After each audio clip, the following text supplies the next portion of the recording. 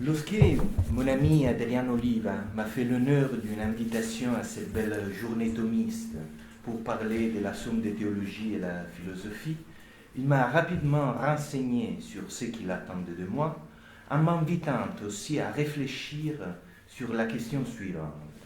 Est-ce qu'il y a de la philosophie dans la somme? C'est-à-dire, est-ce que la somme est dépositaire d'un travail consciemment et authentiquement philosophique? Et comment? Or, en ayant étudié l'histoire de la philosophie médiévale à Rome, à l'école d'Alfonso Maieru, où est resté toujours bien vivant le souvenir et l'enseignement de deux grands maîtres du médiévisme du XXe siècle, à savoir Bruno Nardi et Tullio Gregori, je n'ai aucun problème à reconnaître dans la Somme un livre également de philosophie et plus généralement à reconnaître dans la théologie le lieu électif où la philosophie des Thomas a pris corps.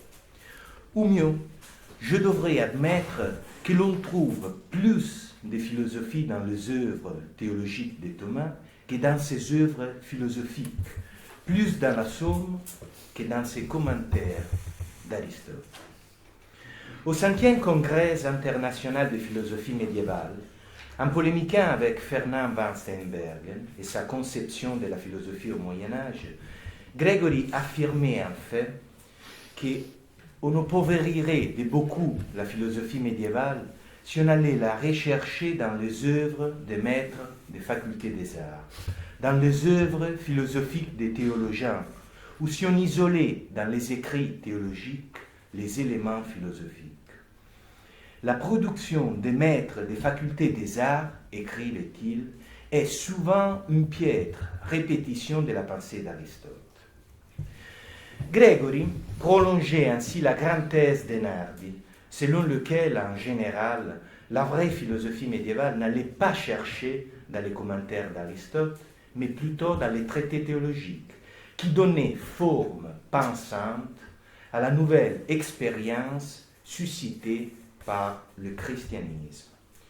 Une thèse qui, même si elle télescopait un préjugé néoscolastique, que ces mêmes recherches sigériennes auraient contribué à dépasser, à savoir l'idée que les commentaires d'Aristote n'étaient rien d'autre qu'une transposition servile et littérale du philosophe en langue latine, reflétait sa conviction, cette thèse de Nardi, reflétait sa conviction spéculative qui mûrit dans son spiritualisme de marque franciscaine et rosminienne et dans son historicisme néo-idéaliste, le portait à croire que dans l'histoire de la pensée médiévale, philosophie avait été la réflexion sur la foi, le résultat de l'intellectus fidei, de l'intelligence de la foi. Or, tout en reconnaissant la tâche historique de cette thèse, je pense, pour revenir à Thomas, que l'on trouve de la philosophie aussi bien dans la Somme que dans les commentaires d'Aristote, et qu'il s'agit bien de la même philosophie. Et je pense aussi, et c'est le point sur lequel je voudrais insister, que Thomas ne se limite pas à répéter ni dans la Somme, ni dans ses commentaires, la pensée d'Aristote. Les thèses du maître dominicain ne se superposent pas à celles du stagirite. Elles n'en sont pas le calque, ni simplement le prolongement. Si, comme a bien supposé le père Gautier, Thomas a rédigé ses commentaires d'Aristote pour affiner l'instrument de la réflexion théologique, tant et si bien que l'on peut dire qu'ils font partie intégrante de son métier de théologien, il est évident qu'il a dû adapter l'aristotélisme à son objectif en forgeant son instrument. Je pense donc qu'il ne peut pas être question d'un usage neutre d'Aristote, comme si l'aristotélisme de Thomas aurait pu être le même s'il avait vécu hors de l'expérience de son siècle et de son œuvre de théologien. L'Aristote de Thomas, avec son originalité interprétative et avec sa cohérence spéculative, doit être évalué selon la fonction qui, en domaine théologique, lui est due, et qui est une fonction instrumentale, comme nous l'explique le même Thomas. Or, les points est ici constitué par une thèse bien connue, qui est chez Thomas fondamentale. La thèse de l'impossibilité de toute contradiction entre la vérité de la foi et la philosophie. Une thèse qui ouvre à une utilisation critique de la philosophie en théologie et entraîne que même en domaine théologique, la philosophie puisse jouer un rôle important. Thomas n'ignore pas que par rapport à l'ère des philosophes, la scène a changé. La révélation a donné un accès universel et infaillible à la vérité, si bien que maintenant, en matière de foi, il appartient à une nouvelle science, la théologie, de juger les conclusions de la philosophie. Tout ce qui dans la philosophie se trouverait contredire la vérité théologique doit être condamné comme faux. La philosophie doit donc toujours se conformer à la théologie, mais Thomas croit, ceci est le point, qu'elle peut effectivement le faire. Ce qui ne veut pas dire que le contenu de la foi soit intégralement accessible à la philosophie, mais que rien dans la philosophie n'est contraire à la vérité de la foi. Thomas déduit cette thèse du fait que selon la foi chrétienne, c'est Dieu lui-même qui est à la fois le créateur de la raison et l'auteur de la révélation. S'il y avait une contradiction, dit-il, il faudrait que ou la raison ou la révélation soit fausse, et que Dieu soit l'auteur de cette fausseté, ce qui est impossible. Soyons clairs, Thomas ne veut pas dire que tout usage philosophique de la raison soit conforme à la vérité de la foi. Il sait très bien que l'on trouve dans les écrits des philosophes beaucoup d'erreurs et qu'il y a des anciens qui, au nom d'Aristote, propagent des doctrines antichrétiennes, se contentant de constater sans le résoudre les désaccords avec la foi. Thomas pense toutefois que la possibilité de ces erreurs ne réside pas dans la philosophie en tant que telle, mais dans sa mauvaise utilisation, ce qui constitue en même temps un appel à philosopher autrement, en cherchant une conformité avec la foi qui, loin d'être extrinsèque, est dans la nature même de la philosophie. Voilà pourquoi Thomas affirme non seulement que si l'on trouve dans les écrits des philosophes quelque chose de contraire à la foi, ce n'est pas de la philosophie, mais bien plutôt un abus de la philosophie, mais aussi qu'il est possible de réfuter cette erreur par les principes mêmes de la philosophie, en montrant soit que la chose est tout à fait impossible, soit qu'elle n'est pas nécessaire. Grâce à sa nature, la philosophie peut donc jouer un rôle décisif dans la défense de la révélation, mais aussi, selon Thomas, dans l'élaboration de la théologie elle-même. Par ailleurs, entre foi et raison, Thomas réclame une distinction sans séparation, où la foi s'ajoute à la raison comme la grâce à la nature, sans la supprimer, mais en la perfectionnant. L'autonomie de la philosophie, absolue dans son ordre, il faut la penser dans cette relation d'union sans confusion, où distincte mais harmonieusement rejointe à la théologie, la philosophie accomplit ses propres potentialités, de même que c'est dans la grâce que la nature garde toute sa intégrité. C'est donc selon cette perspective théorique et programmatique que Thomas entend s'approprier la philosophie aristotélicienne et se situer dans les droits fils de celle-ci pour élaborer sa propre doctrine théologique. En principe, il n'y a rien d'arbitraire en cela, au moins du point de vue de Thomas. Simplement, comme l'a écrit Adrian Oliva, son interprétation d'Aristote le lui permet. Convaincu de l'impossibilité de toute contradiction entre la vérité de la foi et la raison, il s'est efforcé, avec tous les moyens à sa disposition, philologiques, exégétiques, rhétoriques et philosophiques, de comprendre les textes aristotéliciens à la lumière de cette présupposition et afin de la vérifier. L'exercice philosophique de Thomas consiste en cet effort d'appropriation. On peut bien alors s'interroger d'un point de vue historique sur ce qu'il a comporté et au prix de quelle transformation d'Aristote il a réussi. Car même si Thomas veut s'emparer d'Aristote, c'est tout à fait évident que selon lui, le vrai Aristote n'est pas n'importe quel Aristote, mais l'Aristote qui converge vers la foi. Et c'est lui qu'il faut enfin retrouver. Pour vous donner une idée de cette thèse, je voudrais vous proposer de considérer très rapidement quelques implications philosophiques et exégétiques de la question de la préparation à la justification dans le cadre plus général de la providence divine. Thomas aborde ce problème dans la question 23 de la prima pars et dans la question 109 et 112 de la prima seconde.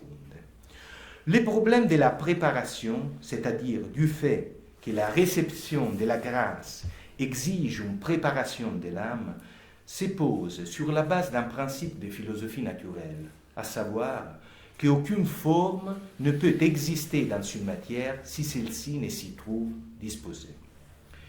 Dans un travail préalable, j'ai essayé de montrer comment une certaine évolution de la pensée théologique thomasienne avait trouvé son fondement explicatif par rapport à ce principe.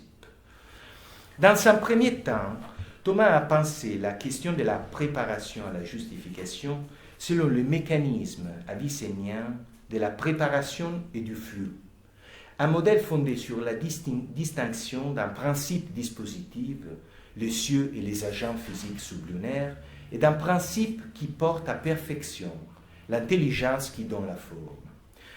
En voulant sauver un schéma synergique où la grâce divine perfectionne la libre initiative humaine, Thomas avait donc supposé que Dieu accorde la grâce selon le mérite, comme je serais tenté de dire, de la préparation à la recevoir, ainsi que l'intelligence dont la forme selon le mérite de la matière.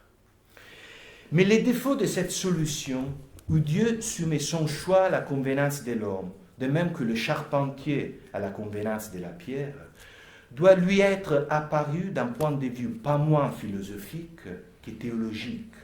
Car selon les principes de la téléologie aristotélicienne, ce n'est pas parce que la matière est disposée de telle façon que telle forme lui sera donnée. Mais pour que la forme soit telle, il faut que la matière soit disposée de telle façon. Selon une interprétation correcte d'Aristote, il faut donc que les caractères finalisés de la matière soient reconduits à la forme en tant que cause finale et que le facteur dispositif soit subordonné à son contrôle en tant qu'instrument, comme la sémence qui, dans la génération des animaux d'Aristote, dispose la matière à la forme sous le contrôle de l'âme du géniteur, en opérant comme le marteau dans l'art du forgeage. En ayant établi la vraie doctrine d'Aristote, Thomas peut alors affirmer dans la Somme que le processus entier de conversion est en vérité un effet de la prédestination, en faisant de la grâce une forme préordonnée à la capacité de sa réception. Dans cette perspective, le statut de la préparation est changé, car au lieu de conditionner, c'est elle maintenant qui est conditionnée par le propos divin de la justification, si bien que ce n'est plus l'homme qui s'est converti, mais c'est Dieu qui convertit l'homme pour pouvoir le justifier. Une perspective où la capacité de l'homme à se préparer ne fonctionne plus comme une cause indépendante, mais comme un instrument par lequel l'intention de la cause première porte jusqu'à l'effet entendu, à savoir le salut du prédestiné. Or, l'idée que les causes secondes de la nature, parmi lesquelles il y a la volonté humaine, soient comme des instruments dans les mains de Dieu, doit s'inscrire dans le cadre plus général de la providence, de la théorie de la providence, dont, non sans raison, la prédestination est une partie. La providence est le plan selon lequel l'intelligence divine ordonne et gouverne les créatures vers leur fin. Thomas manifeste l'idée que le gouvernement divin englobe toutes les réalités jusqu'aux plus viles et qu'il les englobe dans leur singularité même. Si bien qu'il dit dans le commentaire à la métaphysique que selon la foi catholique, rien n'arrive au hasard ou n'importe comment dans le monde et que tout est soumis à la divine providence. Et bien qu'il soit très difficile dans ces cas d'accorder cette idée avec les principes de la philosophie d'Aristote, Thomas développe une stratégie d'approfondissement et de surdétermination des textes qui lui permet de le faire. En simplifiant, on peut dire que Thomas prolonge une conception de la causalité divine où la transcendance de Dieu est pensée et faite de manière à coexister avec son immanence causale. Cette conception découle d'une théologisation créative de la métaphysique du flux du livre des causes. Or, en appliquant à la hiérarchie procléenne des causes la structure téléologique qui chez Aristote marque les processus naturels et artificiels, Thomas fait des causes secondes de l'émanationnisme néoplatonicien une projection cosmique des causes instrumentales du finalisme aristotélicien, tout en constituant ce que Wolfgang Wieland a défini une téléologie cosmique universelle. Cet ordre universel est l'ordre fatal du monde, comme Thomas nous l'explique dans la question 116 de la Prima Pars, à savoir l'ordre des causes et des effets qui sont gouvernés par Dieu. Un ordre téléologique dans lequel tout est soumis à l'ordre divin, de même que tous les objets fabriqués, dit-il dans la question 22, sont soumis à l'ordre conçu par l'artisan. Le même ordre qu'il explique dans son commentaire au livre des causes en disant que l'intention de la cause première porte jusqu'à l'effet ultime par la médiation des causes secondes, ainsi que l'art du forgeron meut sa main meut le marteau, lequel, par le coup, assure l'étirage du fer, étirage qui visait initialement l'intention de l'artisan. Or, Thomas, qui parle ici un philosophe, sait bien cependant que chez Aristote, on trouve que tout ce qui arrive dans le monde n'est pas par soi, à savoir dans l'intention d'une cause déterminée, et qu'il y a des événements fortuits et accidentels qui ne sont pas établis au préalable et qui ne peuvent par conséquent être prévus. Pour obvier à ces difficultés d'ordre théorique et herméneutique, il relativise, mais de fait renverse, les conclusions aristotéliciennes, en attribuant à Aristote l'idée que le hasard soit tel seulement par rapport aux causes inférieures, et donc il existe seulement sur le plan de la connaissance humaine. Du point de vue de Dieu, qui en étant cause de l'être, détient en son pouvoir tout ce qui est, rien n'est causel et fortuit, mais tout est déterminé, si bien qu'il est nécessaire que tout ce qui a été établi par Dieu le soit. Entendons-nous bien, Thomas ne veut pas dire que tout arrive par nécessité, car pour les choses que Dieu veut qui arrivent de façon contingente, Dieu prépare, dit-il, des causes contingentes, comme par exemple dans le cas du salut. Toutefois, il faut être clair sur ce point. Conformément au principe de la nécessité conditionnelle, Thomas pense que s'il est sans doute possible que dans l'absolu, un prédestiné meure en état de péché mortel, cela est impossible si le suppose que cet homme est prédestiné.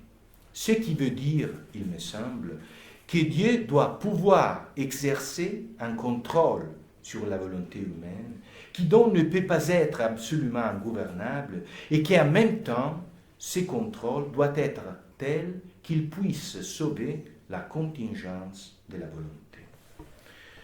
Récemment, dans un super travail, Valérie Cordonnier, en étudiant les sources textuelles et les stratégies mises en œuvre par Thomas pour construire une théorie aristotélicienne de la providence divine, est revenue sur ces points.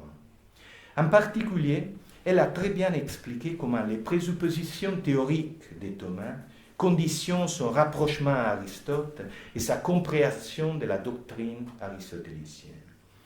Parce que le philosophe a dû avoir une doctrine cohérente avec celle qui présuppose le credo, écrit-elle, il faut, selon Thomas, trouver cette doctrine. Cette recherche prend deux formes, selon Cordonnier, celle d'un approfondissement du corpus textuel existant et celle d'une recherche active des nouveaux documents qui puissent permettre l'attribution à Aristote d'un concept chrétien, à savoir exhaustive et intensive, des providences. Or, comme vous savez bien, cette dernière forme culmine dans la découverte d'un nouveau document, un fragment de l'éthique à Eudème, où Thomas peut lire que, selon Aristote, Dieu est le principe des mouvements de l'âme. Et même si Aristote parle des choix des hommes particulièrement fortunés, en se référant vraisemblablement à une conception commune de la divinité, plutôt qu'à son Dieu, moteur immobile et pensée des pensées, Thomas a le droit d'en appeler à ce texte, comme il le fait à plusieurs endroits de la Somme, pour démontrer la thèse anti-origénienne et anti-pélagienne, selon laquelle Dieu est non seulement la cause de la volonté comme faculté créée, mais aussi le principe des actes en général, et tout particulièrement par l'entremise de la grâce de certains de ces bons actes. En d'autres termes, cette découverte autorise à faire de l'homme fortuné aristotélicien le prédestiné, et donc à se référer à Aristote pour rendre compte de toutes les autorités bibliques qui remettent le désir de l'homme aux mains de Dieu, si bien que dans le droit fil d'Aristote, Thomas peut penser que Dieu est capable de susciter, sans la forcer, la bonne volonté, en la créant du néant du péché, et que ce soit justement là qu'est récit le secret de la prédestination. Or, la subtilité de cette perspective, qui prétend situer l'élaboration d'une doctrine de la prédestination, mais aussi de l'autodétermination de l'homme, dans le contexte de la philosophie aristotélicienne, réside dans une métaphysique téléologique de l'être, enracinée dans une théologie de la création. La thèse hardie de Thomas est que Dieu, comme le forgeron qui se sert d'un marteau pour réaliser son œuvre, se sert de la volonté de l'homme comme d'un instrument ordonné à son plan providentiel, mais sans pour autant qu'il soit question de réduire la volonté à un marteau.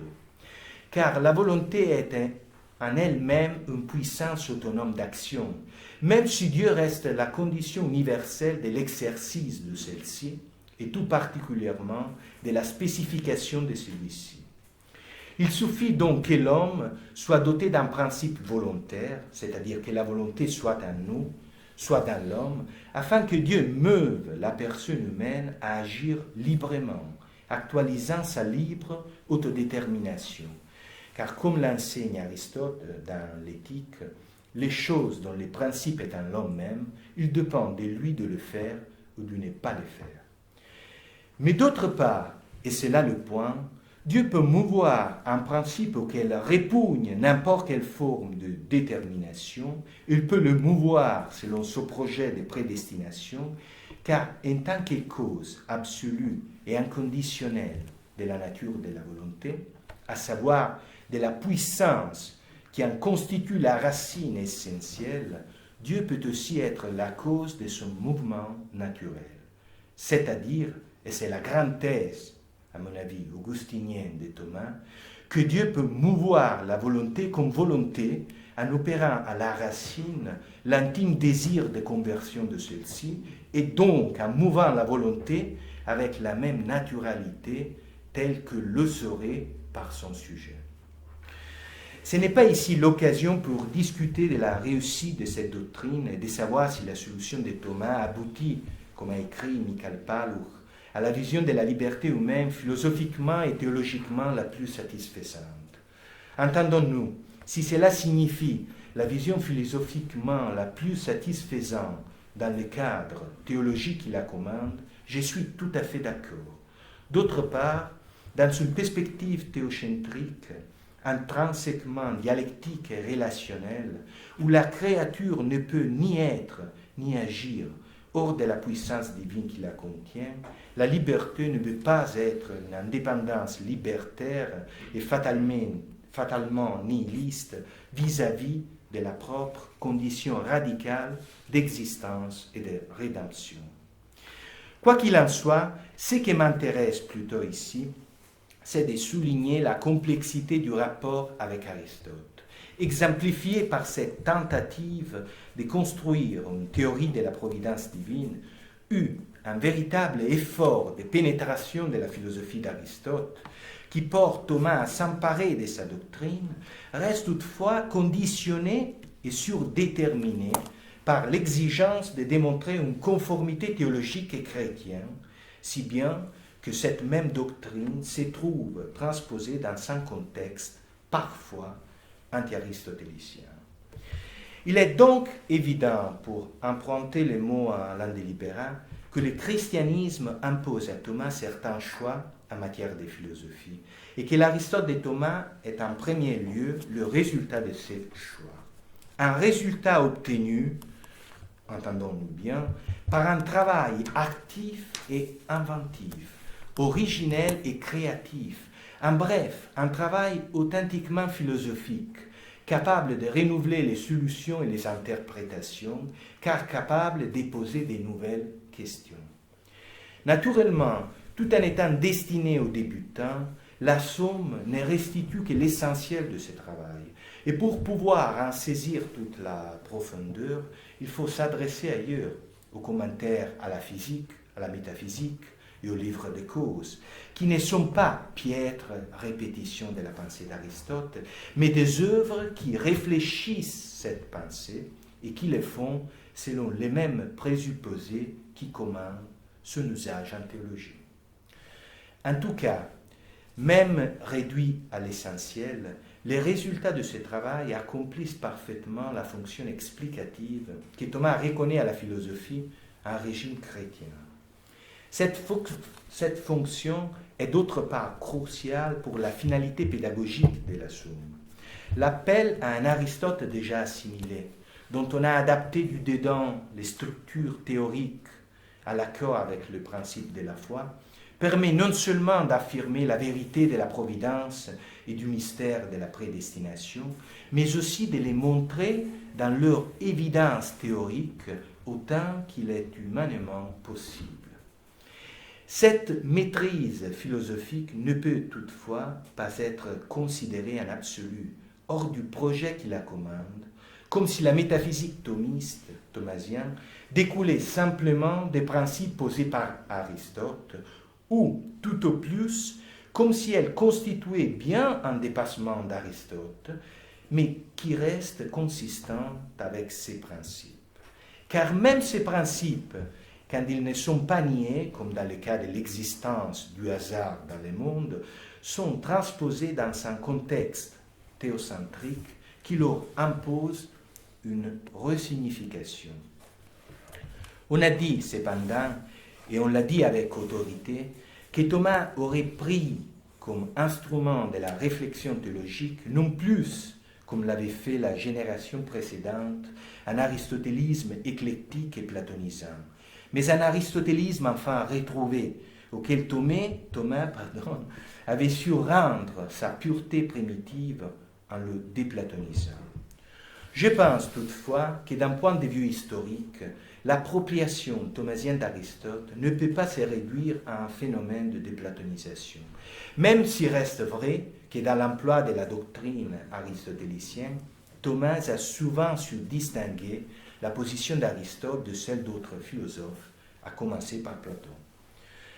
D'ailleurs, le projet de Thomas ne s'est pas constitué hors de l'histoire, mais dans l'histoire, et précisément dans l'histoire de l'aristotélisme médiéval, un phénomène tout à fait complexe qui plongeait ses racines dans l'Aristote néoplatonisant de l'Antiquité tardive. En fonction de son projet, Thomas a travaillé activement sur son Aristote historique pour en faire un instrument de sa réflexion théologique. Et ce faisant, il a pu sans aucun doute déplatoniser son Aristote dans la mesure où cela était fonctionnel à son objectif, mais très souvent, Et pour la même raison, il a aussi bien su profiter d'un Aristote platonicien. Le fait est que des traces d'un platonisme qui est véhiculé par le péripatétisme arabe aussi bien que par l'augustinisme latin restent l'additif et le réactif fondamental pour exalter une constitution théologique de l'ontologie et ouvrir la philosophie aristotélicienne à une compatibilité chrétienne autrement impensée. Je préfère alors insister sur les principes qui commencent chez Thomas sa véritable interprétation d'Aristote, à savoir la recherche d'un accord avec la foi, et penser avec Étienne Gilson que le secret du thomisme soit dans un immense effort d'honnêteté intellectuelle pour reconstruire la philosophie sur un plan tel que son accord de fait avec la théologie apparaisse comme la conséquence nécessaire des exigences de la raison elle-même et non comme le résultat accidentel d'un simple désir de conciliation. Merci.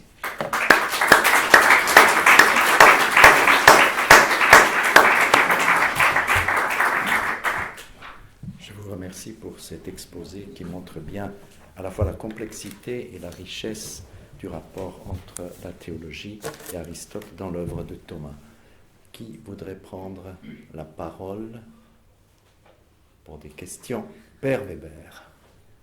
Monsieur Nancy, vous supposez une philosophie d'Aristote qui n'est autre qu'un immense assemblage de discernement qui reste problématique pour tout le monde.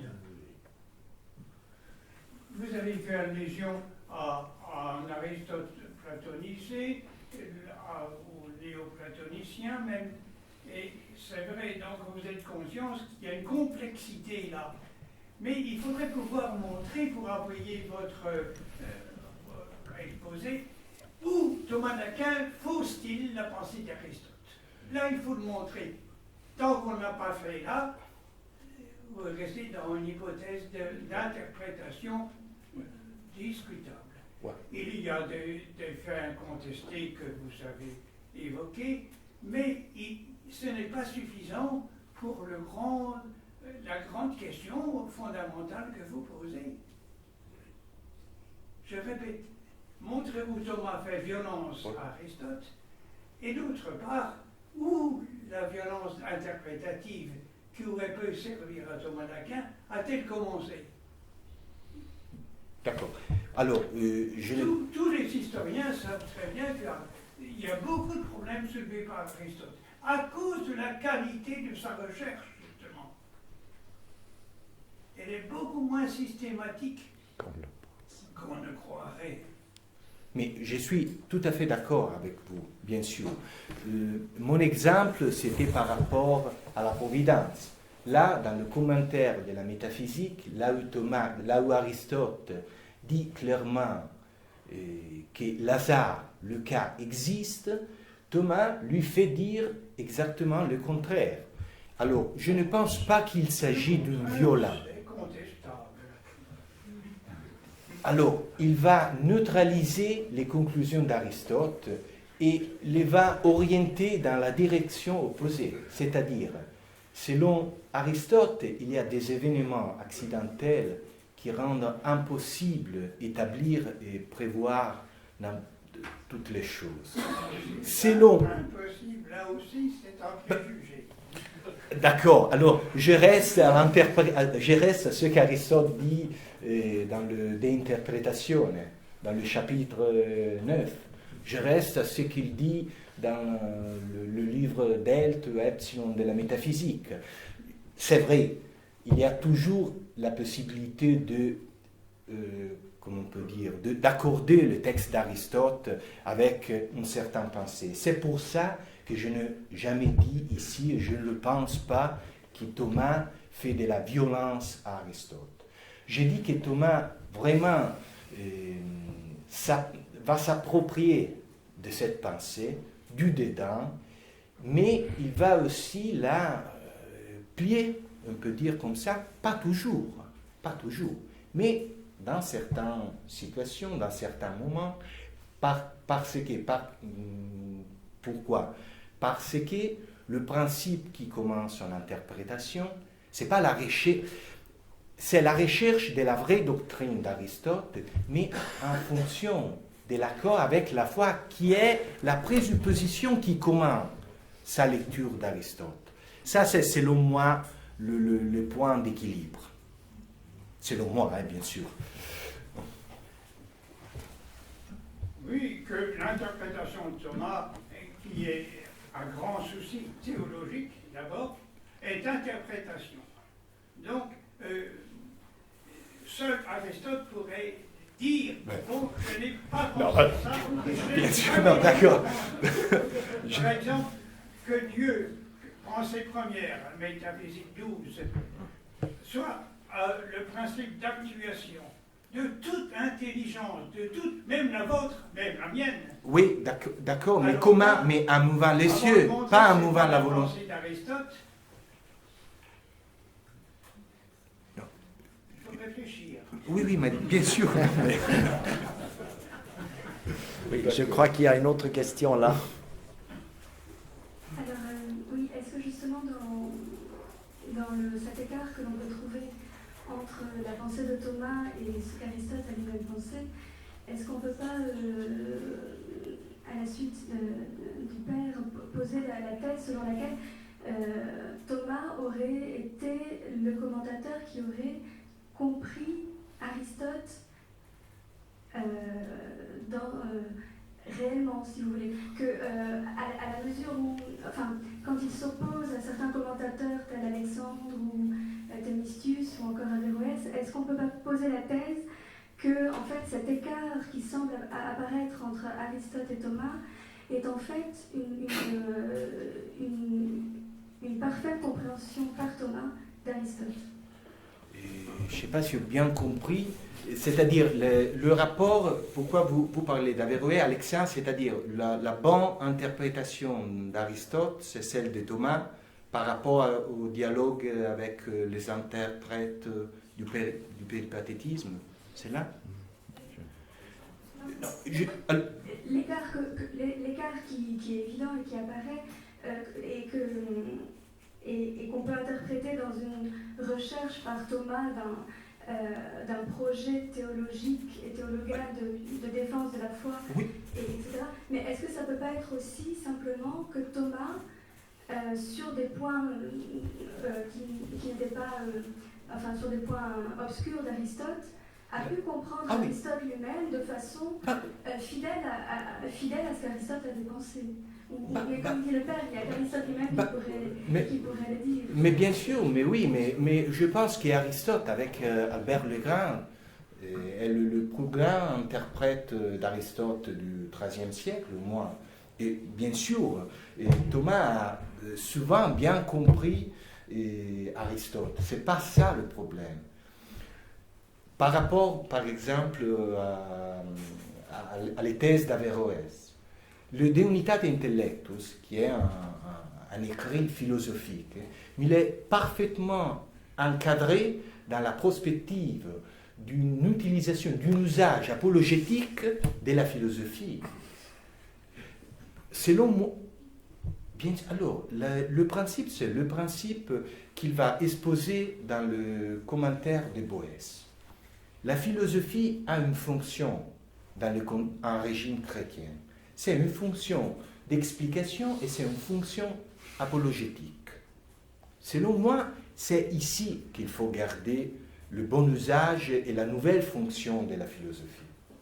Oui, on peut penser qu'à travers cette fonction, Thomas la comprend. Bien sûr, mais oui, mais alors, si vous voulez un exemple, je crois bien sûr qu'il n'est pas question en Aristote de séparer l'intellect possible. Mais je ne crois pas que l'âme, forme subsistant par soi, soit une interprétation neutre d'Aristote. Ce n'est pas possible, par exemple, penser ça. Bien sûr, Aristote, ici, est vraiment ouvert. On peut dire, par rapport au texte du De Anima, n'importe quoi, presque n'importe quoi.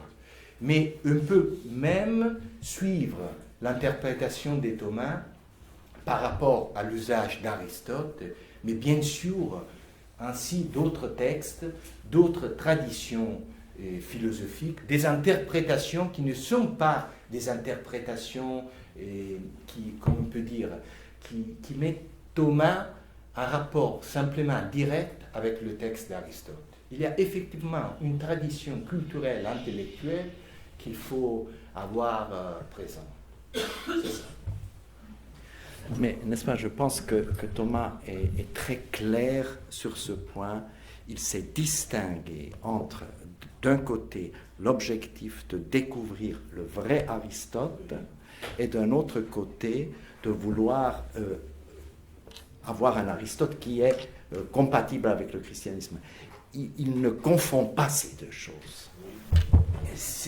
D'accord. Selon moi, il y a une subordination. C'est-à-dire, non, attention, mais c'est d'un point de vue historique, pas d'un point de vue de la psychologie de Thomas. Il faut aussi, selon moi, distinguer le plan. Oui.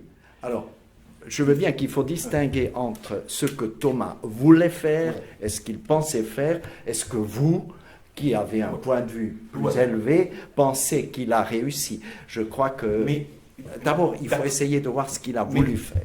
Je voudrais joindre une chose que Thomas pense, c'est là, selon moi, le point d'équilibre, que les vrais Aristote, c'est-à-dire l'objectif de sa recherche, est en accord avec la foi.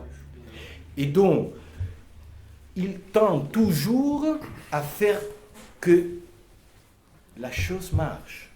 Ça, c'est, si vous voulez, l'essentiel de mon discours. D'accord? Il est convaincu que le vrai Aristote ne peut pas être contraire à la révélation. Alors, sur ce plan, il conduit son interprétation. Ça, c'est le principe, selon moi. Je suis d'accord avec vous, mais tel que vous l'exprimez, c'est comme une sorte d'a priori et qui fausserait la démarche de Thomas. Oui, si vous voulez, c'est un a priori historique. Je ne veux pas exagérer, mais il faut, alors peut-être il faut le démontrer avec une recherche ponctuelle, pas... Je pense qu'on ne peut pas parler d'une manière générale. Il faudrait prendre vraiment des cas très précis. Et ce n'est pas toujours la même situation. D'accord, mais le cas de la Providence voulait être un cas précis dans mon intervention. Tout à fait. Ok, d'accord.